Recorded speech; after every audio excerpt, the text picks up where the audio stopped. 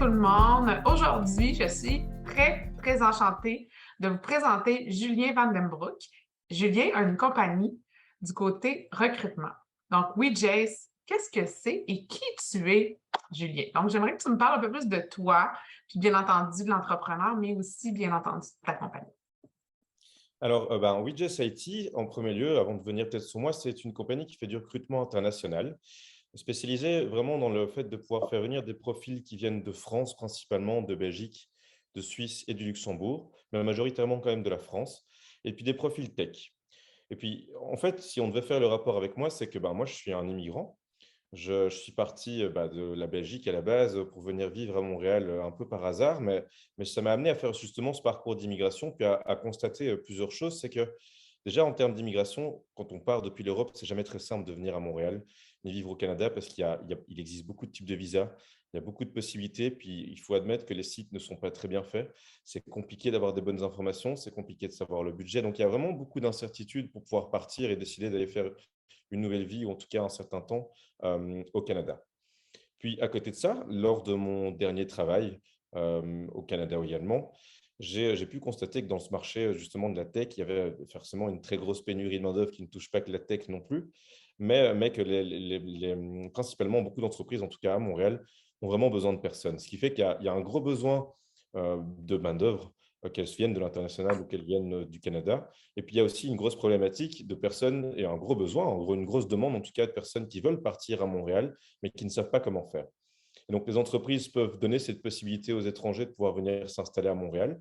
Et donc, les étrangers peuvent aussi y trouver leur compte parce qu'ils vont pouvoir trouver une entreprise. Et donc, majoritairement, ces personnes veulent préparer leur voyage. Moi, je suis arrivé un petit peu par hasard, mais beaucoup de gens arrivent souvent en famille ou en tout cas veulent arriver sereinement. Donc, cherchent déjà un travail, veulent déjà avoir des gens pour les guider, pour les accompagner.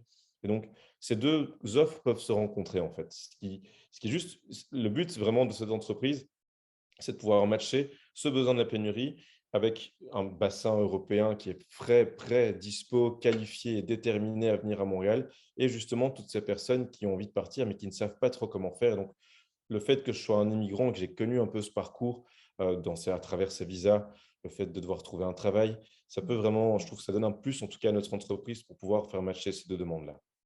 Excellent. Puis est-ce que vous êtes plusieurs employés à travailler dans la compagnie? Je fais ça avec donc une associée qui elle est basée en Belgique.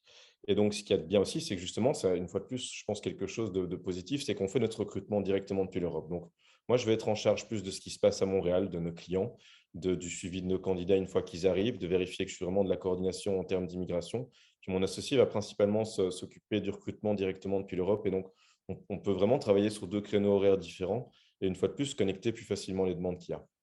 Excellent. Puis ton meilleur client, mettons, dans les clients que tu as actuellement, tu as accès à une tribune aujourd'hui, puis tu peux t'adresser à des compagnies de toutes sortes, dont des compagnies tech. Est-ce que tu es capable de me dire un peu, OK, c'est tel type d'entreprise souvent avec qui je fais affaire, puis que je peux aider en termes de recrutement?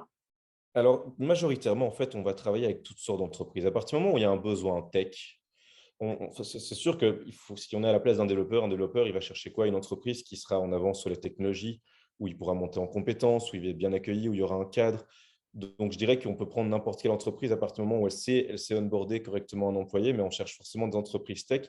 Mais encore, ça peut être des entreprises, par exemple, qui ne sont pas spécialement elles-mêmes dans la tech, mais qui cherchent à développer leur propre plateforme pour attirer des utilisateurs. Donc, on parle vraiment de personnes qui ont besoin de profils technologiques. Et donc, ça reste quand même très, très large. En taille d'entreprise, on va plus parler de PME majoritairement, plus parce que en fait, les PME ont plus de problèmes de visibilité. Mettons on travaille avec des gros groupes, donc moi, je n'ai pas de problème à travailler avec tout type d'entreprise, excepté peut-être les startups qui sont un peu moins fiables. Donc, de nouveau, on parle de personnes qui viennent s'installer et donc on cherche des entreprises dans lesquelles ils vont avoir confiance. Donc, ce n'est pas que je discrimine les startups, c'est juste que plutôt il nous va falloir quelques années d'existence, être sûr que le modèle d'affaires est viable pour pouvoir être certain qu'ils peuvent accueillir des gens concrètement aussi. Mais majoritairement, je dirais une fois de plus que ça va être les PME qu'on va les plus rejoindre parce qu'elles ont plus de problèmes en termes de visibilité et que c'est ça qu'on veut faire, c'est offrir une visibilité aux entreprises québécoises sur le marché européen, ce que les gros groupes peuvent faire plus facilement aussi. OK, excellent. Puis, dans le fond, quand tu as lancé la compagnie avec ton associé, c'est quoi tes grands objectifs? Est-ce que tu as un objectif ultime que tu aimerais atteindre, puis une vision par rapport à ta compagnie? On pourrait dire qu'il y a l'objectif ultime et le plus bel objectif serait d'être une référence en Europe, en fait, quand on veut partir à Montréal et qu'on veut travailler dans la tech. Ce serait qu'on passe par chez nous. Si jamais donc tu tapes Job Montréal, que tu tombes directement sur nous, puis que tu arrives et que tu dis, OK, là, j'ai une entreprise qui m'offre un travail, mais qui m'offre aussi une opportunité de pouvoir partir sereinement en termes d'immigration. Notre offre n'est pas rien qu'un travail et une opportunité d'emploi. On cherche vraiment à fournir une expérience et puis à accompagner les gens dans cette expérience. Et on s'axe principalement sur ce que moi j'ai vécu, c'est-à-dire que moi j'ai adoré mon travail et mon travail a clairement déterminé la positivité de mon expérience, on va dire, et la réussite et mon épanouissement quand j'étais au Canada. Donc c'est vraiment ce qu'on veut, c'est trouver des entreprises qui sont stimulantes avec des projets intéressants, qui ont un cadre correct pour nos candidats, parce que si tout ça est réuni, le candidat va forcément rester, il va être heureux, content, il y aura moins de turnover. C'est des gens qui veulent vraiment, ils cherchent une opportunité de partir. Donc même en termes salarial en général, ils vont pas rabaisser leurs espérances, mais ils vont se dire, OK, le but, c'est pas d'aller gagner monts et merveilles, le but, c'est d'abord d'arriver là-bas et donc de trouver une porte d'entrée. Donc c'est vraiment, c'est que leur expérience se passe bien. C'est ça qui compte le plus. Très bien. Puis, tu sais, la mise en relation, j'imagine que toi, tu as un bassin de candidats puis un bassin de clients, puis tu essaies de faire des matchs. Comment ça fonctionne pour recruter aussi des candidats de ton côté? Est-ce que tu as, des gens qui attendent, puis toi, après, tu recherches des entreprises ici? C'est comme ça que ça fonctionne? Mais il y a plusieurs moyens, en fait. Forcément, on a dû débuter, donc il a fallu créer une base de données. Et pour ça, il y a des sites spécialisés en termes d'expatriation. Il y a le fait de donner des webinaires, le fait de pouvoir vraiment se donner une visibilité aussi en Europe à travers même des magazines ou des événements. Mais principalement, c'est sûr que LinkedIn aide énormément. C'est vraiment des choses qui peuvent être intéressantes, mais malgré tout, ça reste un marché quand même très de niche, dans le sens où moi, j'ai deux filtres principaux quand je vais rechercher quelqu'un. Le premier, c'est je cherche quelqu'un qui veut partir à Montréal pour y vivre. Donc déjà, ça, c'est un filtre que tu ne vas pas trouver sur LinkedIn. C'est un filtre que c'est très difficile de voir d'avance une personne qui se dit, OK, moi j'ai un projet de vie et qui veut partir au Canada. Et c'est avant toute chose les personnes qu'on cherche parce que ce sont des personnes fiables. En général, quand je vais parler à un candidat, s'il s'est déjà renseigné sur les visas, s'il me dit, voilà, moi je suis prêt à partir demain, après-demain ou dans 3 mois, mais on a déjà tout réglé, c'est des gens qui sont absolument fiables et qui vont être déterminés à venir et qu'on peut avoir toute confiance pour leur présenter des clients. Mon deuxième filtre va être forcément la demande. Pour l'instant, à Montréal, elle est sur tous les profils tech, mais aussi en termes d'expérience. On cherche 3, 4 années d'expérience minimum des juniors, il y en a beaucoup, mais c'est vraiment ce qu'on peut voir en moyenne. Allez, c'est 3, 4 ans d'expérience, puis encore après, en termes de seniorité, donc là, je vais encore augmenter. Puis à partir de ces deux filtres-là, il y a aussi le problème du visa. Si c'est quelqu'un, par exemple, même si on va chercher des Belges, des Suisses aussi, majoritairement, on va travailler avec des Français. Pourquoi? Parce que les Français ont beaucoup plus d'accords avec le Canada. Il y a des procédures simplifiées. Et puis, c'est ce que beaucoup d'entreprises ignorent, en fait, c'est qu'un Français de moins de 35 ans qui est dans la tech, on peut le faire venir en 5 semaines pour quasiment rien. On parle d'à peu près 250 $. Wow, OK, c'est quand même important de le mentionner parce qu'on a tout le temps l'impression qu'il faut payer euh, une panoplie de frais pour le faire venir. On a les dépenses par rapport aussi à tous les visas puis tout ça. Fait que tu me dis que c'est vraiment simple. Je te dis que c'est vraiment simple pour certaines exceptions. Donc, la règle, en fait, en termes de visa, c'est que c'est un visa de travail. La règle est que pour aller au Canada et pour y vivre, il faut un permis de travail. L'exception va être le PVT, par exemple, le visa vacances-travail, qui lui permet de venir, de voyager, de triper et de travailler. Mais sinon, il faut un permis de travail. Puis en général, c'est une procédure quand même qui va durer 2, 3, 4, 5 mois, dépendant du pays, dépendant de l'âge, dépendant du secteur. Puis il y a le visa en lui-même, puis il y a les frais d'avocat, parce qu'en général, malgré tout, c'est bien d'être spécialisé, c'est compliqué quand même au début, ces visas, si on ne s'y connaît pas, je pense qu'à force de le faire, ça reste beaucoup de paperasse, donc ça, c'est quelque chose qui se remplit. Mais malgré tout, s'il y a des erreurs, s'il y a des choses comme ça, des choses qu'on ne comprend pas, ça peut vite faire perdre du temps. Du coup, c'est bien d'avoir des avocats spécialisés. Donc tout ça engendre un certain nombre de frais, mais il y a certains visas qui sont simples. Il y a certains visas qui sont simples, qui coûtent pas cher et qui permettent de faire venir. Puis nous, principalement, on essaye de travailler avec ce type de visa-là. Donc, ce qui fait de nouveau un filtre supplémentaire entre quelqu'un qui a un projet de vie, quelqu'un qui a les 3, 4 ans d'expérience, plus les critères requis par l'entreprise, plus encore le fait qu'il soit bon pour le visa, ça veut dire qu'on n'a pas toujours… C'est un business qui met du temps à se monter parce qu'il faut avoir du temps pour créer une communauté, il faut avoir du temps pour vraiment être une référence dans la matière. Et donc, ça veut dire que c'est quelque chose qui c'est du longue haleine. Moi, je vois ça sur plusieurs années clairement parce qu'il faut du temps pour être vraiment la référence là-dedans. Mais en attendant, la demande est quand même là. On arrive à quand même trouver des gens régulièrement sans pour autant avoir une demande, un débit, je vais dire, un débit constant. Je comprends. OK, super. Puis dans tout ça, tu sais, il y a eu la pandémie, c'est quand même quelque chose qui a sûrement limité tes activités avec, l'aspect international et tout. C'est quoi l'impact en fait réel, parce que c'est une supposition que je fais bien entendu, c'est quoi l'impact réel que la pandémie elle a eu sur tes opérations puis sur ça, sur ton entreprise? Mais aussi, qu'est-ce que tu as retiré de ça puis qu'aujourd'hui tu dis: «Ben, grâce à la pandémie, on a eu à se réinventer, à faire les choses autrement, puis on va garder cette façon de faire-là dans notre organisation parce que ça fonctionne». Alors, bah, on a ouvert il y a à peu près 2 ans et demi, donc je dirais qu'on a ouvert au tout début de la pandémie. Mmh. Donc je dirais que le plus grand impact, et merci pour ça, la pandémie, c'est qu'en fait, moi, ça m'a laissé du temps. J'ai toujours eu un travail depuis le début, donc je faisais tout ça en parallèle de mon travail. Puis quand la pandémie est arrivée, ben forcément, je continuais à travailler, heureusement d'ailleurs. Mais à côté de ça, ben, je sortais moins, j'avais moins d'activité aussi. Comme tout le monde, j'ai été enfermé. Il a fallu trouver un moyen de se stimuler un petit peu. Puis ce projet-là, je l'avais en tête, c'était le bon moment. Donc en tout cas, c'était un premier impact de la pandémie, c'était que ça nous a permis vraiment de pouvoir travailler sur ce projet et de le lancer. Puis dans un autre sens, en fait, la pandémie a fermé les frontières. Là, on parlait de visas tout à l'heure, mais certains visas étaient toujours valides, mais étaient renforcés par le fait qu'il fallait réellement avoir une offre d'emploi. On parle de visas plus simples qui, en principe, ne demandent pas d'offre d'emploi, on peut les obtenir comme ça. Là, il fallait absolument avoir une offre d'emploi pour pouvoir venir au Canada. Ce qui fait que ben, forcément, la plupart des gens devaient trouver un emploi. Puis une fois de plus, ce n'est pas facile à le faire juste depuis l'Europe comme ça. En tapant sur Google, au final, on ne trouve pas tant d'offres d'emploi que ça, en tout cas, pas dans les PME qui recouvrent en majorité, en tout cas Montréal. Donc, du fait, ça nous a permis d'être quand même un petit entonnoir pour ça. Et je pense que dans un sens, ça nous a lancé aussi un petit peu. Donc, la pandémie n'a pas eu, à mon sens, un si grand impact de ça au lancement.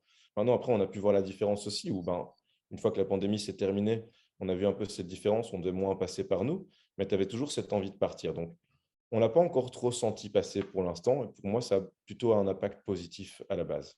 Tant mieux, tant mieux. Merveilleux. Puis, dans le fond, ma prochaine question, tu es jeune quand même, mais tu as du vécu, puis tu as quand même l'aspect aussi, je pense que tu disais tantôt, quand on voyage, tu sais, on parlait en dehors de la caméra, puis je trouve ça super intéressant, fait que je veux te ramener vers là. Tu as fait des apprentissages dans la vie, tu sais, on apprend des choses, puis à quelque part, de quitter ton pays, de quitter ta famille, de quitter ton entourage, mais ça t'amène à évoluer, à apprendre, puis quand tu reviens dans ton chemin, ben là, toi, tu as continué, tu as évolué. Eux ont continué d'avancer dans leur chemin qui était leur routine, leur environnement. Donc, tu arrives avec des nouvelles façons de voir les choses, tout ça. Fait que j'aimerais ça t'entendre un peu là-dessus. Tu sais, c'est quoi, tu sais, j'ai ma grande question normalement, c'est quoi les apprentissages que tu as fait en affaires comme dans la vie? Mais dans ton cas, tu sais, il y a quelque chose aussi, je pense, qui est l'aspect d'immigrer, l'aspect de voyager, de quitter ta nation, puis de revenir aussi. De tremper une fois de temps en temps puis de repartir. Fait que j'aimerais ça t'entendre un peu là-dessus. C'est quoi l'impact que ça a sur ta vie puis sur aussi ta business, bien entendu?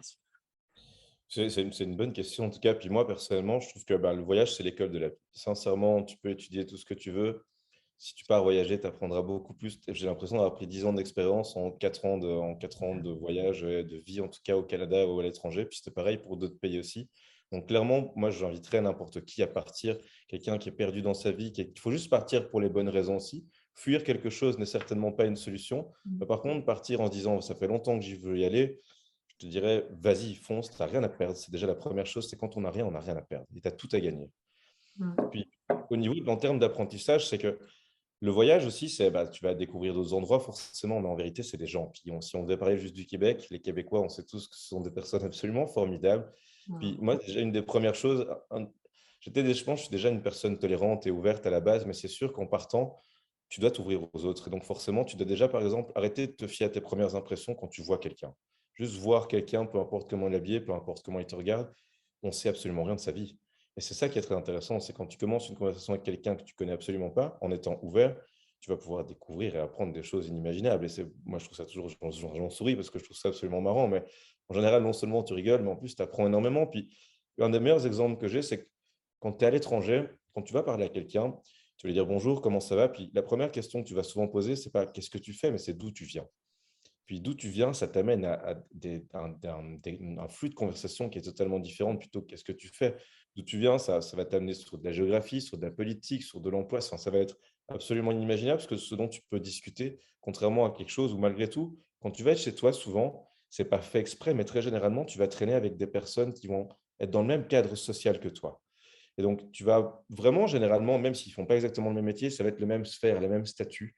Et donc, au final, je pense que tes conversations peuvent varier, certes, mais tu vas quand même tomber un petit peu toujours autour de la même chose. Tandis que, de nouveau, quand tu vas t'engager dans ce genre de nouveau pays, tu peux rencontrer des gens pauvres, riches, enfin, tu sais, tu peux vraiment rencontrer toutes sortes de caractères, toutes sortes de statuts sociaux, avec chacun son histoire et chacun un parcours aussi impressionnant que les uns que les autres. Et puis, tu vas être plus ouvert à entendre ce genre de choses plutôt que chez toi, où malgré tout, tu auras beau sortir dans différents endroits, faire différentes choses, rencontrer de nouvelles personnes, généralement, ça va souvent être les mêmes types de gens aussi.